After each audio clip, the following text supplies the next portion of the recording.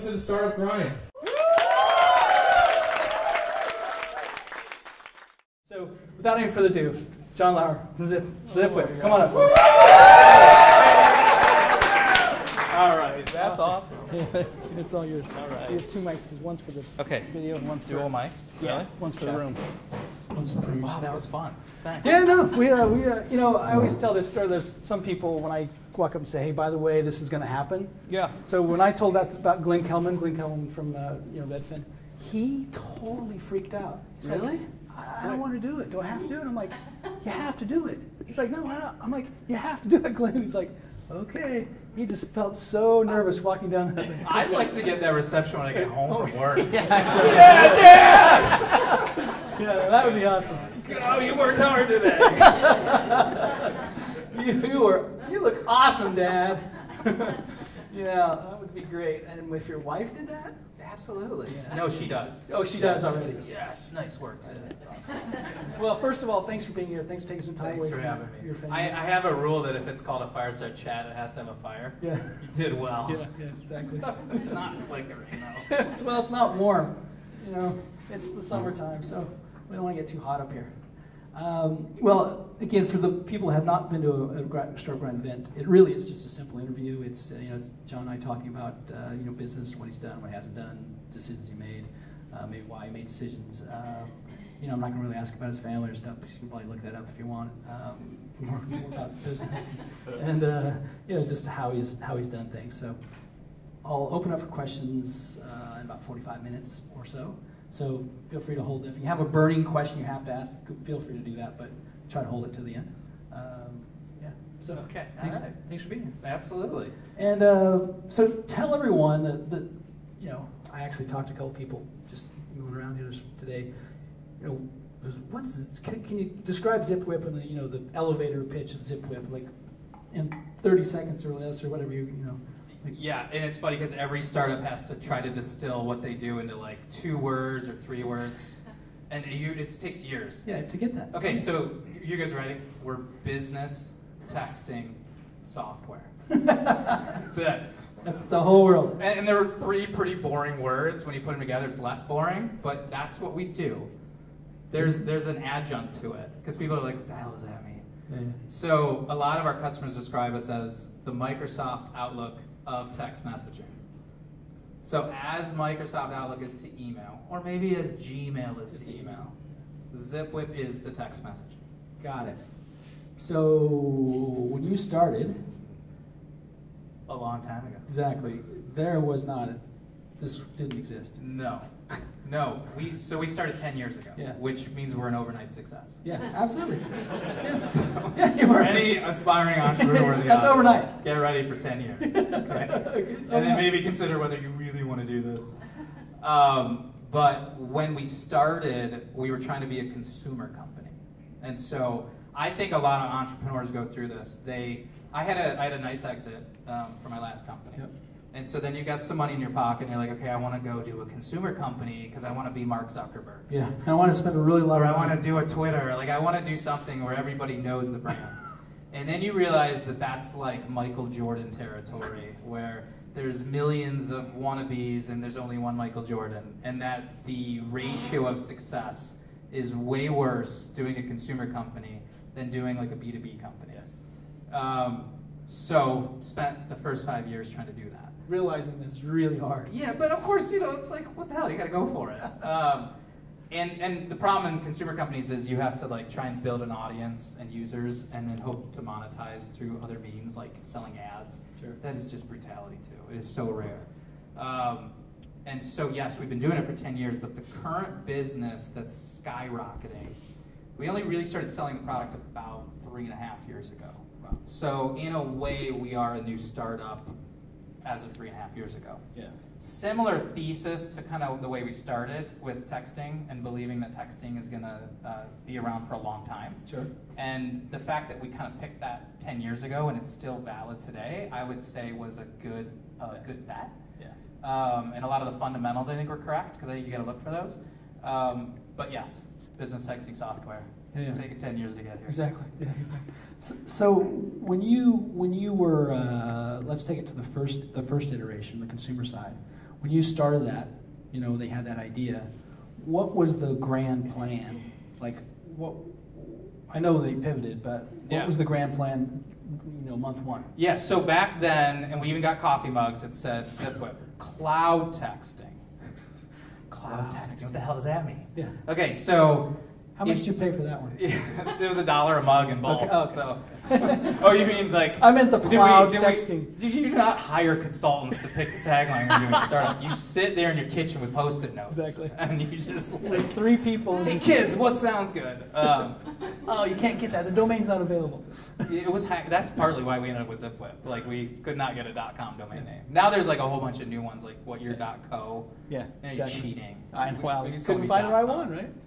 So the initial premise was 10 years ago was, okay, texting's huge, it's going to continue to be huge, and it really is a social network. People just don't think about it that way.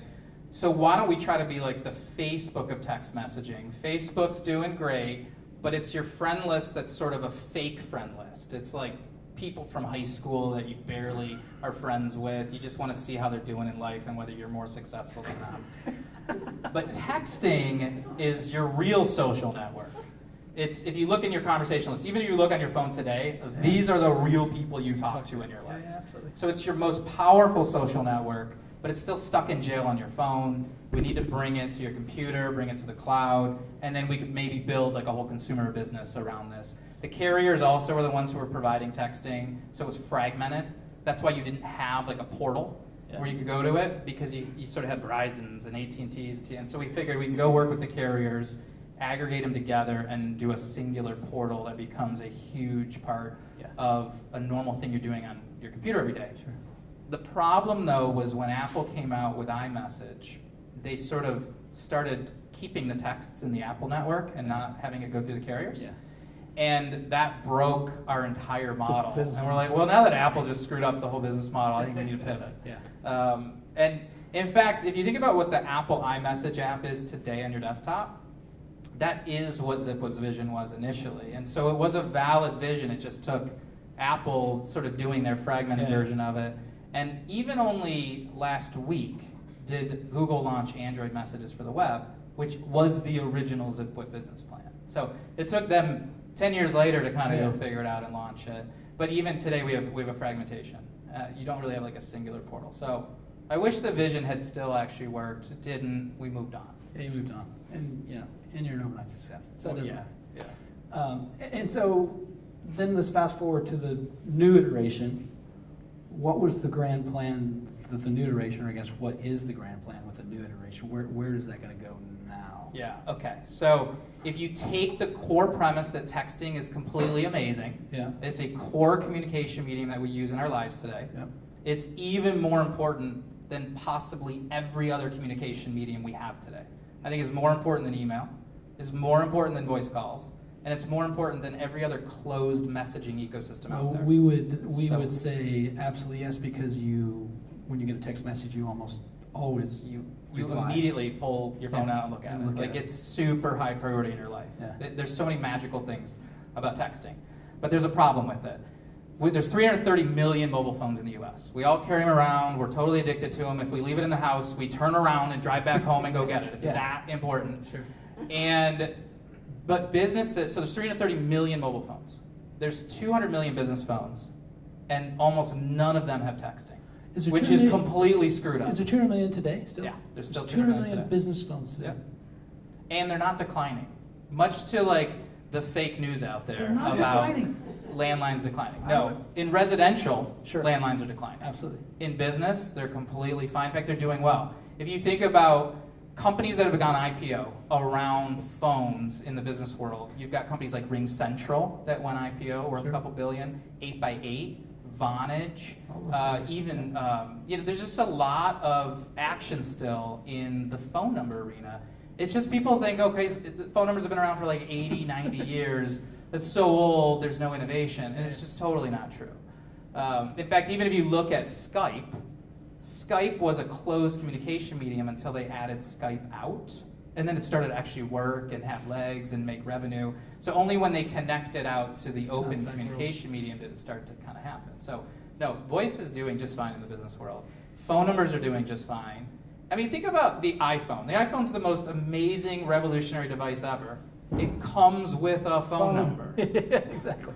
So is the phone number so lame and so old? No, it's doing great. Yeah. Phone numbers, if you think about it too, are like a .com domain name in the telecom world or in the communication world. Yeah. Phone numbers are actually the most gorgeous thing ever because they're portable. So if you think about like your Gmail address, your iCloud address, can you port that to Microsoft? No, you're stuck with them forever. But phone numbers are portable. If you have your phone number with Verizon, you're allowed to port it because of the power of the government. So it's one of those communication mediums that is so important. There's some rules around how open it has to be, and it makes it a more beautiful communication medium than, for instance, email, where things aren't necessarily portable. Now, if it's your own domain name, sure. You can port it around, but it's a little mucked up. Do you have johnlauer.com? I used to, and then I had like... You got rid of it? I think I had like familylauer.com, and it was just stupid, so... And so now your vision is really to be the outlook of text. Yeah, the whole goal is to get all these 200 million business numbers into the texting ecosystem. And so if you think about how in the world could you do that, that's a huge task. You've got to give them software. Sure. And if they adopt the software, they now have access to the texting medium, and they'll start using it.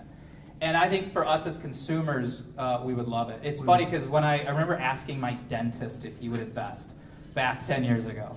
He's like, "This is a horrible idea. It sounds like you're just going to spam me with more text messages." And I'm like, no, this is about like real text messaging and real communication, not like marketing spam, like sending you coupons or something.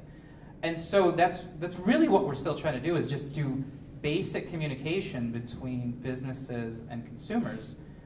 So please don't anybody think that this is about like allowing marketing over texting. None of us want that, or spamming your phone. If you have a dentist appointment and you forgot about it, and your dentist texts you, and you're like, oh yeah, I totally have that appointment. You love Zipwhip. You Absolutely. love what we're doing. One of these days, you'll actually be able to text Pagliacci Pizza and say, "I want the same order as last time." And they'll be like, "Done. We're giving you the large with pepperoni and the half and half with cheese and the egg al cremo and the Caesar salad, and we know your address, and we know your credit card. We'll be there in 25 minutes." And that'll happen through our software. And you will love it because it lets you be lazy. Yeah. You're sitting on the couch on Saturday and you're like, same order. Yeah. That's what we're enabling. Is just complete beauty and laziness. Awesome. So who is the user, meaning not the business, because that's your customer, but do you know who the majority of the incoming messages are? Do you know any data about those people? We do try to look at it. I mean, it's interesting because in our contact database, when you start using our software, you start storing your contacts for your business. Sure. And we have something like 800 million contacts. And we're like, this is really weird. There's only like, what's the population of the U.S.? 330. Yeah. 330 million. Okay. So we maybe have every person in the U.S. 3 times over or 4 times over in our 3 times over in our database. Yeah. And so I think we're generally just covering the population. So if your chiropractor uses our software, you're getting texts through Zipwhip. I did today. Did you? I was just totally guessing. You use a chiropractor? Yeah, I have a chiropractor on one. Okay, well there you go. So did he text you? Yeah. You probably was It using reminded me Zipwhip. yeah. So beautiful. And we did not preset that up. If you are texting with your veterinarian clinic, they're probably using Zipwhip. And you're like, oh my God, my dog's got this weird growth on his lip. And then they're like, take a picture and text it in. Okay, that looks bad. Come on. Like, it's just general communication. Sure. So the user base is just everyone in America. It's just us. Yeah. You're probably using it today and you just don't know it. Yeah. Because we don't see Zipwhip as a brand. Right, because it's just basic texting that we're enabling. You just don't know that they have Zipwhip on their side. Exactly. And so you don't care that we don't know that Zipwhip's behind it, right? I would love for you to know. Like, if I could sneak in like a powered by Zipwhip on every text, I would totally do it. But no, the businesses would not like that. No, they wouldn't like that at all, actually. We tried that. It was a fail. It didn't last long. No. And so, do you you've been growing like a bad weed over the last, I would say a good weed. You use that term for uniquely HR. It's a good weed. It's a good weed. Okay, so you're growing like a good weed. Are there good weed? I guess there is good weed now. Yeah, it's called grass. Yes. So what do you think is where's that huge growth spurt? Like, what has turned the corner? One, what made it happen? Yeah. And two, what do you think is where do you think that's going to go over the next year? Is that going to continue that same pace? You can't stay at that pace forever, but we're going to keep it for a long time. But okay, so there's a couple ways to answer that.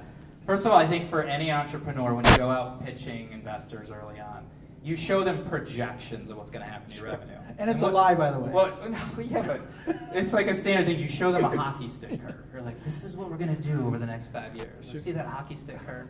But it's all just total conjecture. Yeah. So we're now on the hockey stick curve, and it's real data over the last 3.5 years, and it's amazing that it's real data. And I don't see any reason why it would slow down. It'll just keep going. There's a couple reasons. One is the market size for what we're doing is gigantic. Yeah. It's every business in the country potentially could be a customer. And we're maybe 0.1% into onboarding business numbers. Yeah. So we're already hockey sticking. There's no reason it should slow down. So it's just such a fundamental that we're enabling. But here's another reason why I think we hit this inflection point.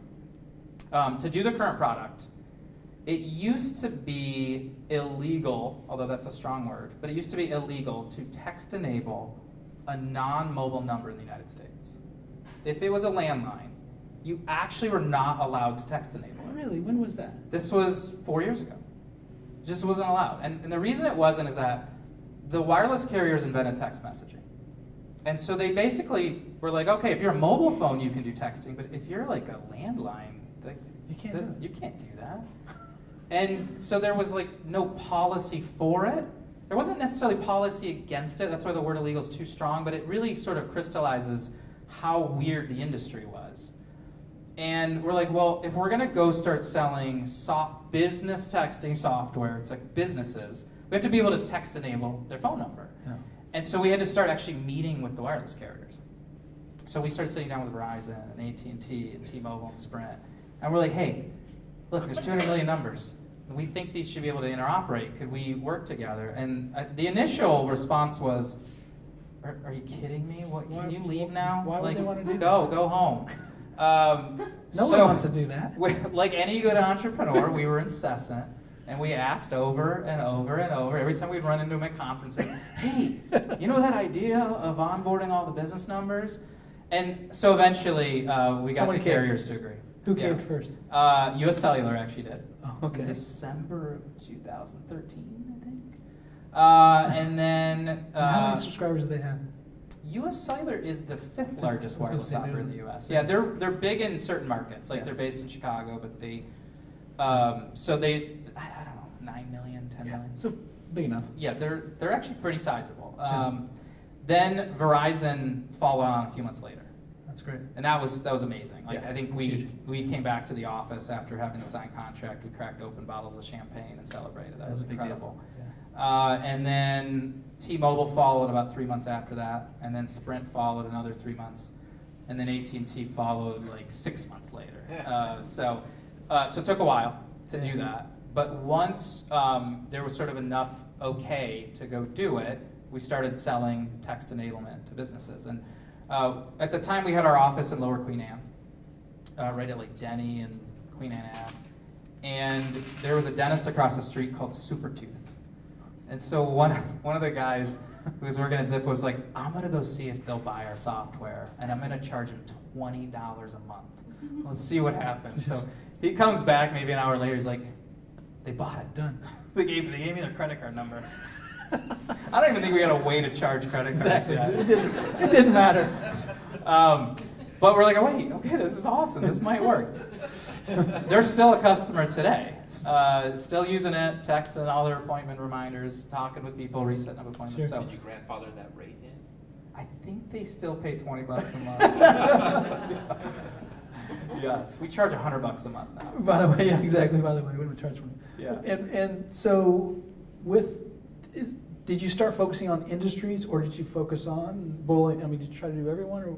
Early on, I think everybody runs into this. You just don't know what your sales model is going to be. You first got to like go get a product that you think has some legs. Figure out if people are willing to buy it.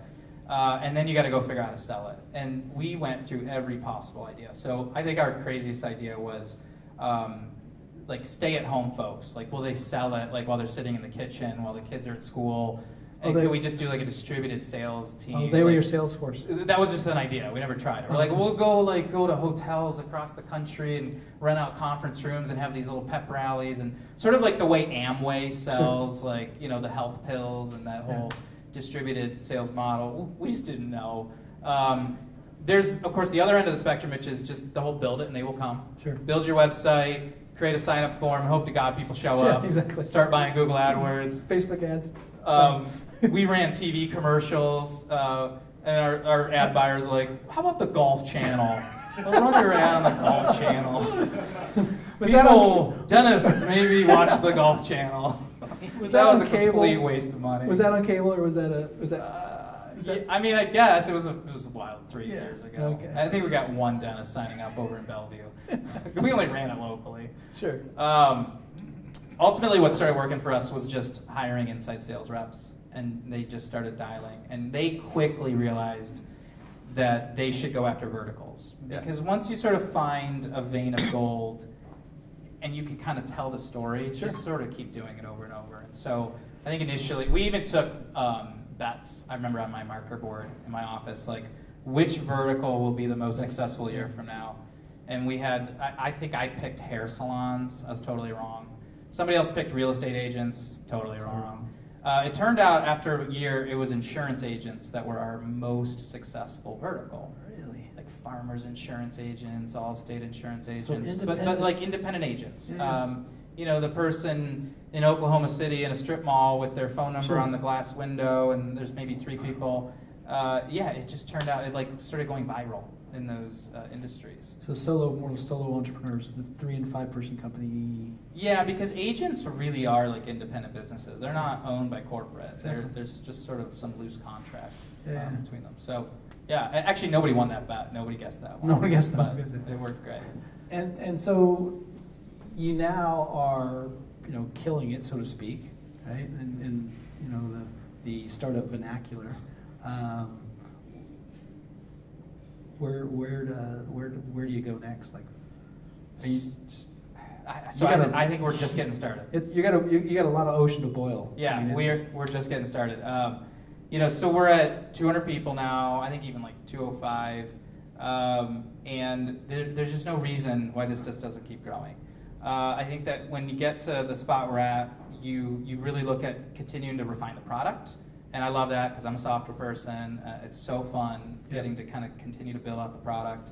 You keep trying to figure out how to grow the sales team in different ways, how to really turn on the marketing engine. I think what's really interesting about our market is nobody really knows it exists. I would say probably everybody in the crowd didn't even think there's a business texting software market. And so we created that market. And that's exciting, but it's also a real problem because the broad set of businesses don't know that this software exists. They don't know that this tool exists. It's like in caveman times, I figured out fire, you didn't know. And you're so far away across the mountains, you go like hundreds of years without realizing fire has been invented. Exactly. So we're trying to be like, look, it's fire, it's amazing. You can cook your food. Dude, it's so cool. You can stay warm. And so that's hard. So we're trying to educate the market. And that's why we tend to do a lot of outbound sales. So you kind of, once you get somebody on the phone, you're able to this is how fire works. Yes. And then they're like, cool, here's my credit card number. Yeah. I think once people realize this exists, there will be more sort of inbound and influx. And I don't think we've hit that inflection point yet. Yeah, we're but we will. Yeah. I think we will in the next couple of years. Competitors now? It depends on the way you look at the space. In terms of business texting software, not really. But texting is used a lot out there, and there's like you can go and buy texting APIs, Sure. or even my last startup, it's called Open Market. They will sell you shortcode texting, and that's a great business. That business is killing it still, and so that does enable business texting, but it's a really different format. You're not necessarily buying software, so it really depends on which way you slice and dice the business texting market. But in terms of business texting software, like we're the company that's got the scale right now, and we're just going to continue to keep pouring doing more fuel on that fire. Yeah, and the the process now of focusing on sales and focusing on marketing, because you've got a product that's proven, that's totally working, customers are super happy. Like, what's the challenge for you personally, not the company, but for John? What's your challenge now for you? Wow, personally, not the company. Not the company. Like, what's the challenge for John? Wow. So people at the office have been like making fun of me not wearing enough new shirts. So that's a personal challenge. That's tough. That's a good one. John, it's getting a little repetitive. That blue blazer. Starting to look like your dad. No, I think it's funny. I feel like there's sometimes less personal challenges than in the earlier days. In the earlier days, maybe if you guys have done startups, you've done startups, you will wake up in a cold sweat worrying how you're going to make payroll. Sure, absolutely. Later on, you just don't worry about that. You're fine. Yeah. You get different problems. Yeah, I mean, I guess you get different problems. And they don't wake you up in the morning with cold sweats. No, there's actually less cold sweats. Yes. The more scale you get to. I also think things start to get a little more predictable, a little bit more repeatable, if you've done well. And you've got a product that just kind of, like, we can almost each month sort of predict the revenue growth now. Like, because you get to enough economies of scale or law of large numbers where you can start to predict. That's cool. So it creates way less stress. Okay, so I think the one thing that I am always looking at is our market opportunity is so huge. How do we then correctly go grab it? Yeah, how do we be in the shiny object? Yeah. So it's almost then this balance of the growth.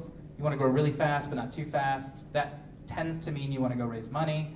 We've raised a good amount of money, but we'll continue to sort of navigate that growth trajectory. And then it's the balance of what percentage of the money do you invest in product and engineering? What do you invest in sales? What do you invest in marketing? Yeah. And those decisions really, they can manifest themselves in correct or mistakes.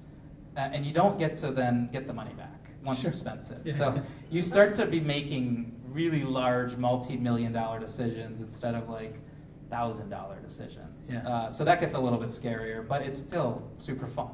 Yeah. So I don't know if I trade that for the cold sweats of making payroll. Exactly. Anyone that's ever started a company probably has done that.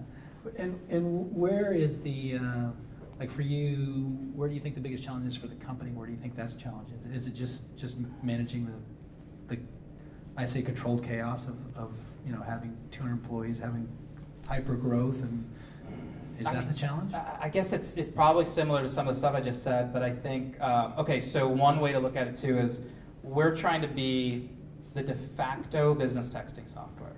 That's a huge goal. We want to be the Microsoft Outlook of text messaging. And so what you run into if you start selling it to businesses is that they're all unique. Yep. And so they will start to want some unique features layered on top of it. Sure. And then you start to think, well, how can I start solving some of the unique things I run into out there as a layer on top of our basic operating system of text messaging? And so that's hard because sometimes I think one of the most important things for any entrepreneur is to focus. Because you're not Superman or Superwoman. You don't have endless dollars.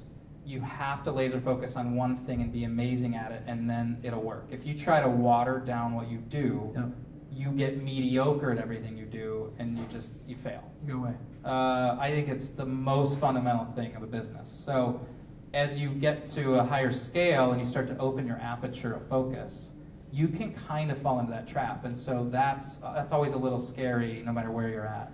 Yeah. We go after 15 verticals today. And already sometimes it's like, wait, is that too many? And we open the aperture too much for where we're at. I think we've got it kind of right-sized. Yeah. We're starting to open it a little bit more.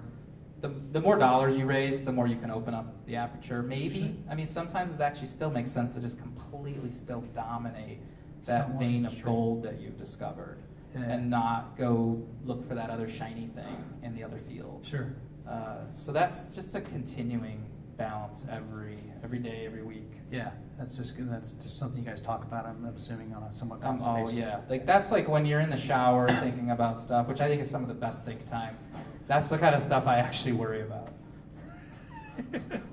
What is it? You're laughing because it sounds boring? No, because I can't tell you how many people do that. Yeah. I mean, many people, that's a good time for them is in the shower. Oh, absolutely. I think Or part of it's driving. just because you're alone. Yeah, you just If you have relax. kids, and you don't have... Well, you're going through like this repetitive process, so you just don't even have to think about it. So you can think about other stuff. Armpits. Push my hair. Yeah, exactly. And so, where is the regulation? Has that been a problem for you guys? I mean, Wow, you're asking about the regulation. yes. Did you read something recently about how the Yeah. FCC just made a ruling on us? I might have done a lot of things, but that wasn't one of them.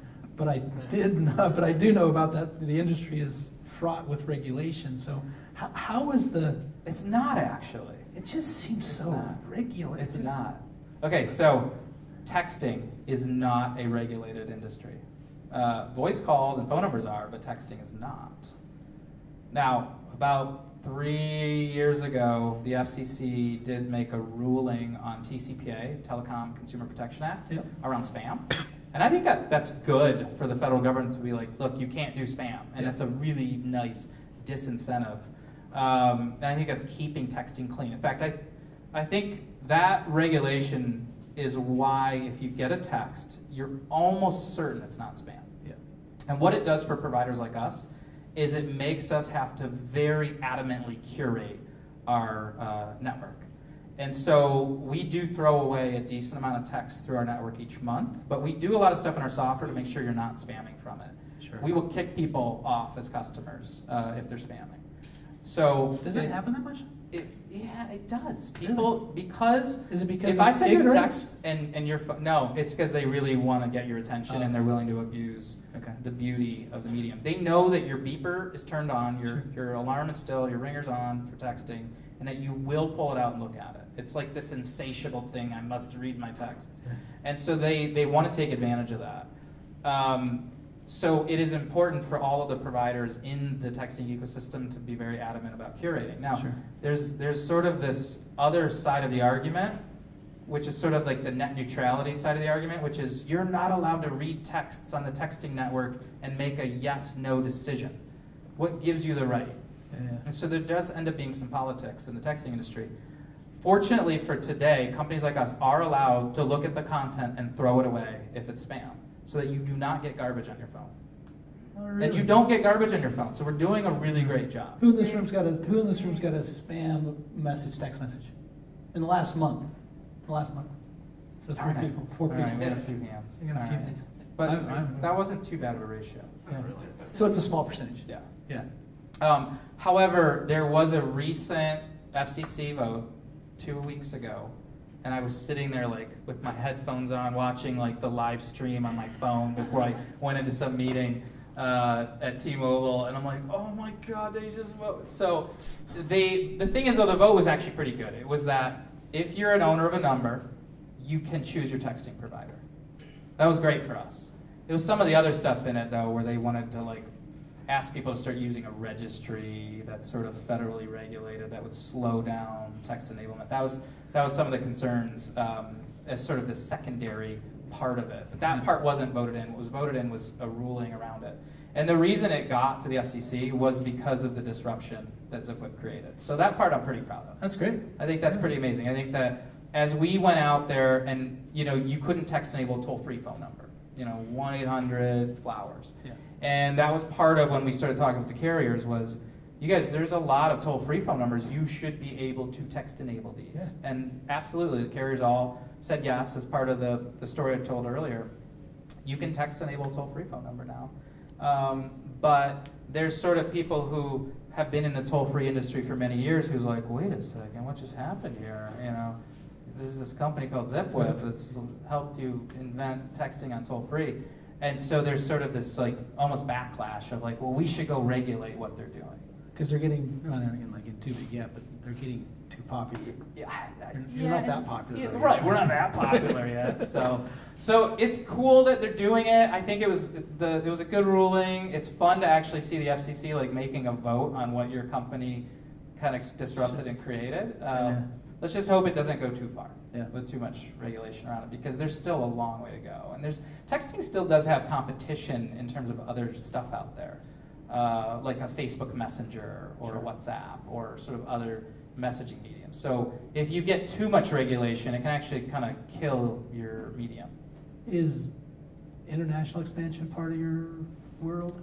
I would plenty to do here. I would love it to be, but it is still illegal to text enable a landline number in every country except other than the U.S. Wow. And Canada. I'll sort of include Canada. Really? Yeah. You can't do it. So you guys are just you're North America, a company, a North American company. Yeah, but that's the thing. We would love to go international. If we could solve that sort of core disruption of the wireless operators saying, oh, that is a cool idea. I think what's funny is whenever we do talk to different carriers internationally, or even other folks, they're like, but how does the text message get onto the phone? And you're like, we're like, that's not how it works. Usually next to the phone is a full computer and a browser. And they come to zipwhip.com and they type in that phone number, we give them the password, and then they're texting right there. Exactly. But it is this really weird sort of transition. Yeah, because they're thinking, well, because... Yeah. They think we're sending the text down that copper circuit to that like ancient plastic phone. Yeah, the flip phone. Or they think we're like doing that robot voice translation thing. You have a text message from... That's horrible. Where do you, like, where is the opportunity, if I want to start a business next week, where's the opportunity in your industry? In the texting industry. Doing what you're doing? No, you know where I think the opportunity would be is as an app layer on top of our platform. So here's a good example. Your chiropractor generally are starting to say, okay, I'm doing texting with my customers, absolutely, but usually my customers carry a balance on their, that they owe me money. So I'd like to actually also text them and say, by the way, do you want to pay your balance off right now before your next appointment? Sure. And so wouldn't it be great if some third party came in and said, hey, can I build a payments module as a plugin on top of your app? And then that company just sort of starts to almost sell in to our whole layer. I think that there's a huge opportunity around it because it's such a fundamental communication medium. There's going to be extra things sort of stacked on it, like analytics or this notion of like call tracking or text tracking. Even recently, Google added the ability when you buy an AdWord, you of course would have it linked to your website, but then they added the ability to add a phone number, so you had that phone call icon in your Google search results. Mm-hmm. You finally can turn on a text icon in your Google AdWords search results. So they can now finally text you right there on your smartphone into your business. So even just that icon alone creates this whole influx and this whole new arena for... You're the reason for that icon. We are partly the reason for it, was that because you can now text to a business, because Zipwhip went and disrupted the market, it now makes sense that you would want to use that as an engagement layer in the ads. Even Bing added a click to text after all of that. So how does it feel to have an icon after your company? I don't know if I would take all the credit for it, but if you want to give it to me, that sounds amazing. But I won't take total credit. Yeah. You just mentioned the payment system. Yeah. Can carriers be the part of that payment system? Carriers could be. I think historically it hasn't panned out well. The carriers used to have payments called premium SMS. That did not do well. In fact, 48 state attorney generals sued the carriers for cramming on your phone. That was rough because I think that the way the ecosystem was set up, it undermined itself. The carriers also got together and created a payment system called ISIS. Yep. If anybody remembers ISIS, this is before the other ISIS. They changed the name to SoftCard, so that didn't really work all that well. There are other ways to do mobile payments today, but it just hasn't worked. Now, we have Apple Pay, we have Google Pay, we have Samsung Pay, so I think those are other possible ways, but then it's not necessarily the carriers doing it. But think about your mobile number and how important it is to you, and how your browser sort of remembers credit card numbers when you enter it into e-commerce sites. Why doesn't your texting app do that for you if you're sort of entering payments there? And I think it eventually will. And so then, of course, the business side has to kind of catch that data the same way the browser's sending in that data and the business side is catching it. I just think it's almost like the browser all over again, with the client side, which is your phone, and then the server side, which is the Zipwhip software of the business. Because in Africa that's their payment system. Yeah, they have M-Pay. They don't have bank accounts, they have M-Pay. Absolutely. And in China, they have WeChat and Alipay, and in other markets. Most markets have some way of paying through the mobile phone, and we have early versions here. I think it's some of the fragmentation here that's had us be a little bit slower. The other reason is we had credit cards way before any other market, and so those are so good and so simple. Other markets didn't have it, and then the cell phone helped them leapfrog. So that's why I think it's a little bit of a mixed bag. But I sure would like to order my Pagliacci pizza without typing my credit card number in. Yeah, just say or reorder. Yeah, no, actually, they store your credit card based on your phone number. Sure. So they're already doing it for voice calls. There's no reason you can't do that for texting as well. Yeah. Well, I text my my chiropractor to make appointments. There you go. Does he ever remind you of the invoice or the balance? No. No, I don't think he lets me out without that. Oh, well, he's pretty good. He's smart enough to know that. And as we move forward in this, the texting world, is the opportunity for Zipwhip, is it to be that be that outlook for texting? Is there anything that's going to be that would make sense to be added to that for you, whether you buy a company or create something new? Is there something in that layer that you're building and have built so well? Is there something that is interesting for you've got, like you say, you've started really small. You've got a really small piece of a huge market. So yeah, you're going to grow fast for probably many years. Is there something else that fits in there? Yeah, okay. I think there's a lot of things that are happening. So there's something called RCS right now, which probably nobody's even heard of. It stands for Rich Communication Service. Okay. And RCS is starting to get built into your phone. And so if you buy an Android phone on the T-Mobile network today, RCS is built in and you just don't even know it. And so it's starting to make its way out into the consumer world. Again, you don't know that it's there, but it moves text messaging to the IP channel. And it's kind of like do you remember email when you could only send text formatted emails, not HTML formatted emails? You couldn't bold words, you couldn't even inline images. Yeah. We've totally forgotten that it used to work that way. Texting's a little bit like that. RCS kind of moves it to HTML. And it's happening right now as we speak. And so over the next year, 2 years, it's going to get it to be a richer communication medium. And so that creates huge opportunity for us. Yeah. Here's the other thing to sort of look at with texting versus other mediums. There's only 3 open communication mediums you use in your life. And there's a lot of closed communication mediums that you use. So voice calling is an open communication medium. Yeah.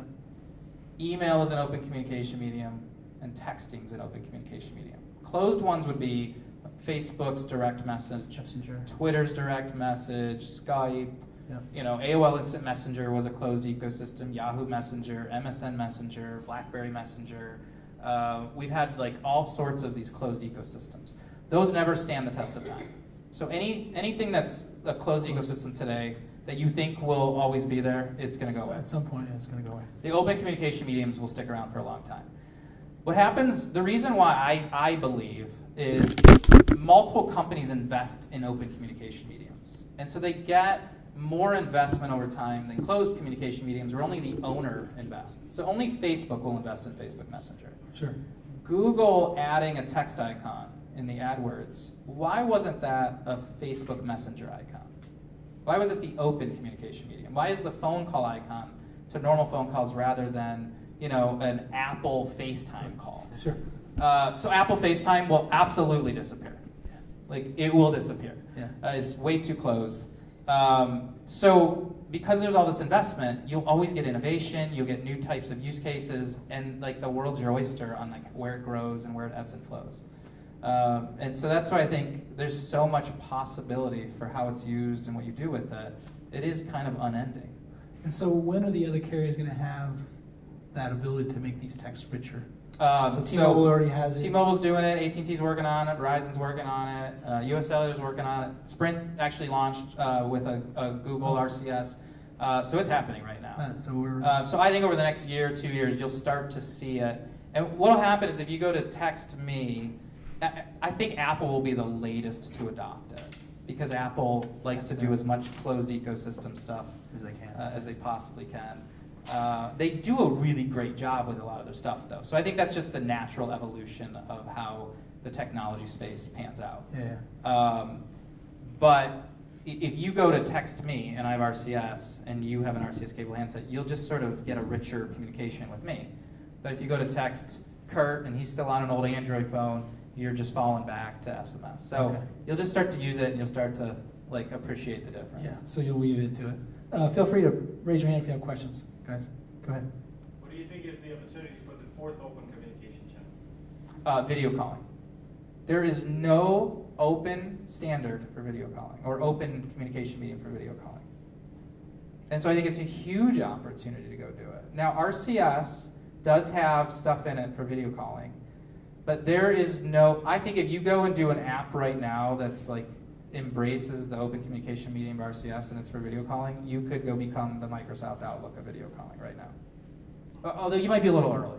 You might, because I think it takes a while for some of these to really pick up momentum. And you don't want to be the Friendster or the MySpace, you want to be the Facebook. So it's like there's this adage like the third entrant tends to clean up and win, not the first, because the first is too early. So you want to wait for the first one to arrive and you're like, time it. I'm not going to be the one to get it. Right. Right. Although WhatsApp has done really well, and I would give them sort of a first mover score. So I forget that old adage. Forget what I just said. Nobody knows how to predict. Yeah. John, why was the carriers reluctant to open up business texting or landline texting, I should say? It seems to me that's just more data. Why would that be a hard? Okay, I don't think they were reluctant. I think just nobody asked them. Oh, okay. And so, you know, I guess it goes back to like, Mom always said it never hurts to ask. Yeah. Just go do it. I think that there's other approaches. If you take the Uber approach, it's don't ask, just show up and break laws and expect consumers to love it so much that they change the law for you. That doesn't always work in some markets. So yeah, I think it just, nobody's asked. And I think even in other countries, nobody's asked. Here's why I think it's hard to get to a level where you're willing to ask is you have to, first of all, believe that there's a future to that medium. So you have to have this whole core thesis like I've tried to lay out. And I think that's kind of counterintuitive. And then you've got to actually build the software to the point where you're maybe ready to go get this connectivity and then go sell it. And it's taken us a lot of years and a lot of investment dollars to build the software.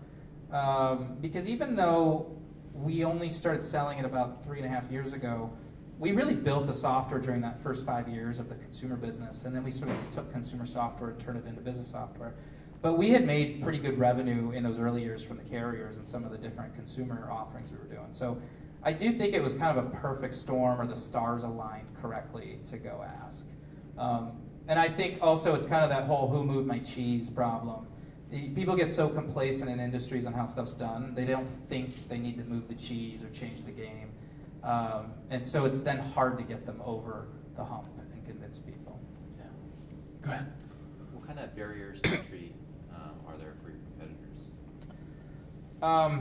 Barriers of entry for your competitors? Yeah. Okay. Yeah, so I think we are SaaS software, so software as a service, and I think there's barriers to entries that can pan out in that market like you see in a lot of different ways. So if you look at Salesforce, what barriers to entry does Salesforce have? Well, okay, they have competitors, but Salesforce got to a scale where they have the app exchange with apps layered on top. And so if you want to go buy this amazing billing system called Zuora, you got to have Salesforce. And so Salesforce has really become the Windows operating system of businesses. And nobody really calls them that, but that's the way I see it. and then you sort of end up with this amazing barrier to entry because you have this network effect. I think if you look at other SaaS software, there's other network effects that can occur. Most verticals have a dominant CRM provider. So if you're in the staffing industry, the most dominant CRM software is called Bullhorn. If you're in the fitness industry or the yoga studio industry, the most dominant software is MindBody. Why? Why does every vertical have one dominant provider? And I think it's because you end up with some barriers to entry off of network effects and market dynamics, and people want to pick the best of breed. And some player becomes best of breed and it feeds upon itself. And so I think that's a good strategy for any company, is to go be the best of breed. The internet has made software so accessible. It's so easy to research what's the best out there. You've got to get to be best of breed. And that's what our goal is be best of breed. And one of the ways to look at it too is there's this space called unified communications, where you have software that tries to be voice calling, maybe texting, maybe screen sharing, maybe conference services, maybe like compete with Slack a little bit for like internal communications.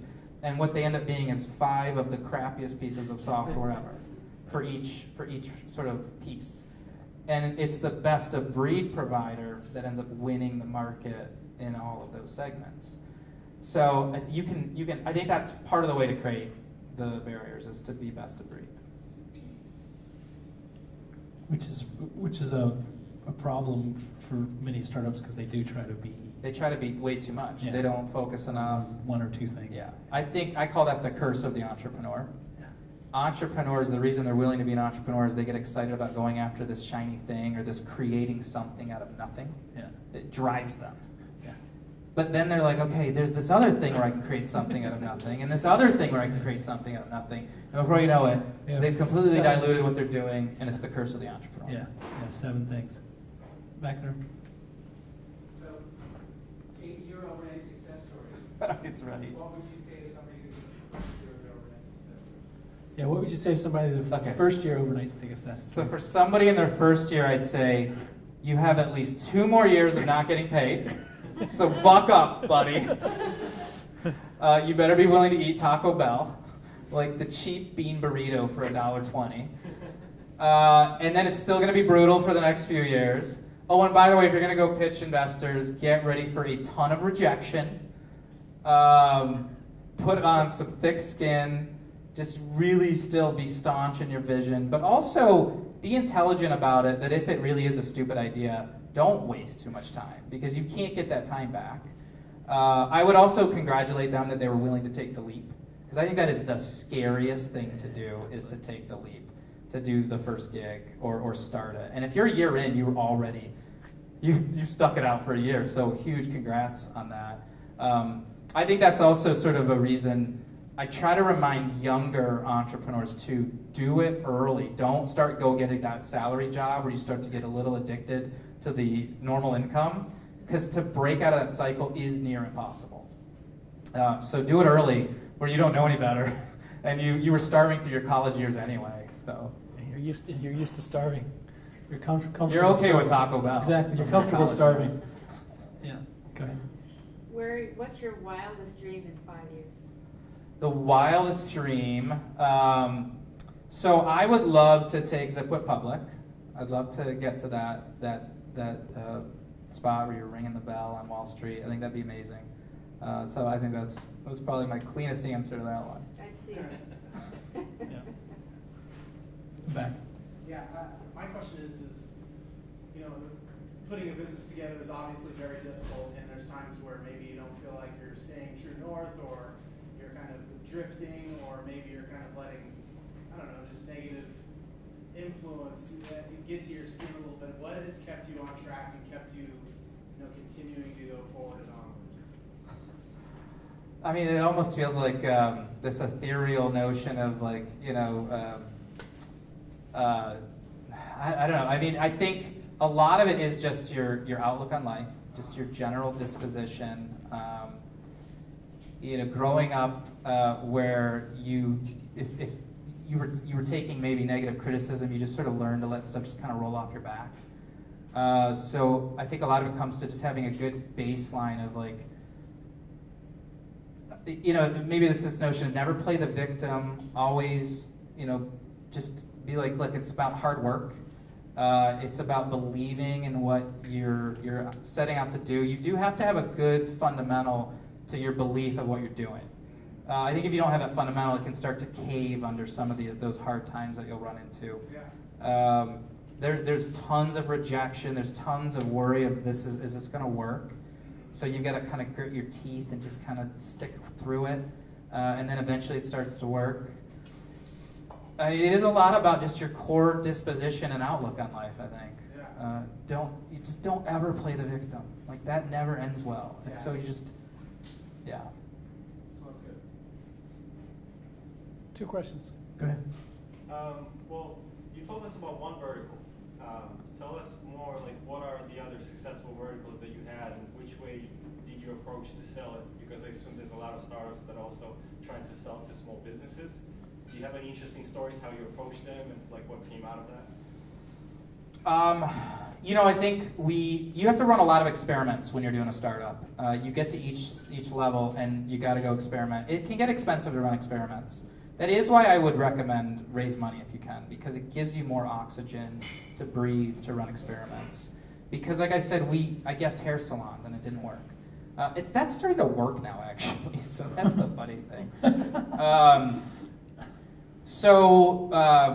Different verticals. So radio has been actually really interesting for us. Radio stations? Yeah. So one of my favorite radio stations in Seattle is C89.5. It's the high school station, 8th and Hale High School. It's dance music, so I like my optimistic. Sure. Back to your core disposition, it's got to be optimism. We sold them our first text enablement of a studio hotline phone number. And they've had that phone number for years. And they would say call and be the 10th caller to win the tickets or to donate. And then they now almost exclusively say text. Like, nobody calls anymore, everybody texts. And it changed everything about the experience of the DJ seeing what was going on with their listener base. Totally different than what I talked about earlier with insurance. But this goes back to the core fundamental of what we're enabling, which is just communication over this beautiful communication medium. It applies in so many different areas. It's like, so that became a vertical for us after some early success, and we're like, let's just go keep pursuing it. So I just think a lot of it evolves as you run experiments, and it may not have evolved that way. King 5 News is doing this amazing Take 5 show, where it's on 4 to 5 every weekday, Monday through Friday, and they now have a text-enabled phone number that's a core part of the show, so that the viewers can have dialogue with the show. It's beautiful, and it was an extension of the notion of the radio model, but to TV. Now there's some extra pieces to it because you're showing texts on air, and we don't really have features for that, so we had to sort of help do something quickly on it, but it still could use a lot more work. And so that's the other downside of going after other verticals, is you have to add product features to solve it. That can be expensive. You'll probably get it wrong, so you got to refine it. And so that sort of goes back to that dilution versus not diluting your current focus, because it really it can get expensive. Maybe there's more pitfalls. We're going to just keep running experiments, though. I mean, frankly, I think texting applies to every business. So if you start trying to categorize verticals, you'll go nutty after a while. How many verticals is Microsoft Outlook in? Like every vertical in the country. And I think we'll eventually get there. Yeah, because people they're not going to stop texting all of a sudden. Yep. They'll text more. Like, what are the growth rates of text? What do you think texting is going to be in 3 years? It's funny. There's been articles written about how texting started declining. Is it? And I laugh at it because it's such a load of crap. Yeah. But the reason is that when Apple started doing iMessage and all Apple phones started texting, Apple doesn't release their So you numbers. don't know what they're doing. But if you add those numbers up, Yeah. which nobody really knows, you have to kind of estimate them. But if you add them up to texting, it's been growing. There is one way we figured out a little bit is iMessage went down for a day, and all of your there you blue go. bubbles turned into green bubbles, but So most you people could didn't notice. see- So it shifted back to the core texting industry, and the industry published some numbers in terms of how much traffic jumped. So we were able to extrapolate from Oh, there yeah, kind of that's what good. the numbers were, and it's just shown that it's continued to grow. Yeah. Bringing in the 200 million business numbers will just continue the growth trajectory as well. Yeah. So it's just going to keep going up. Yeah, yeah. I mean, it's hard not to, right? I mean, everyone's texting more. I text more. I mean, I think people do it so much they don't even know they do it anymore. yeah, They just don't even think about it. yeah. Well, one last question. Yeah, John, on the IPO, bringing the power and all that stuff. So I know that there's a lot of founders that are putting off the IPO exit longer. Yeah, like the DocuSign guys. I think lots of people, even Uber could have gone a long time ago. And I was at a conference at the Rainer Club last week, and they were talking about how founders are looking more at M&A as an exit, because then you don't have to deal with the lockup once it goes IPO, and it's kind of a pain in the ass to go IPO. Is there kind of a value delta there that you'd look at where you say, okay, IPO looks good at this price, but an M&A deal looks good, and if that was an M&A exit that you'd be looking at, who would be the possible other side of that transaction? I think. I can still make it so you can ring the bell. I mean, nobody Yeah, will be there. but I think this does become a question every entrepreneur starts looking at. And I think the most important thing to do is build a real business. Yeah. And if you're building a real business that has a real market opportunity, a real scale to it, IPO is sort of the goal I think is the best to look at, because it sort of indicates you've achieved those fundamental goals. But of course, along that way, there's lots of M&As that happen. I think that the probability is that M&A happens. You can't really control it, and you shouldn't plan for it. You shouldn't build for it. I just don't believe in that model, and so I don't really think about that much, because we are building a real business. We add real fundamental value to businesses, and that makes it real. Everything we're doing is real. And then, of course, if you add real value, businesses are willing to pay you money for that value, which then can feed upon itself to just grow and grow and grow. And when you're raising money, all you're really doing is you're just pulling forward the money you would already get through revenue, but you're pulling it forward a couple of years to accelerate and kind of get to the de facto, or to create these barriers or this network effect. So I don't really think about the M&A part of it, because I think it's even dangerous. Yeah. Well, you're getting ahead of your skis, so to speak. Yeah. Well, again, thank you very much for being here. Thanks for having me. Quite enjoyed it. We will be back here at the same bat channel on July 31st, last day of the month, on the rooftop deck. We will not have a speaker. We'll just have beer, wine, food, and a lot of smiling people. So come enjoy yourself, have some beers, and bring some friends. And be safe, have a great night, and thanks for coming. All right. Bye-bye.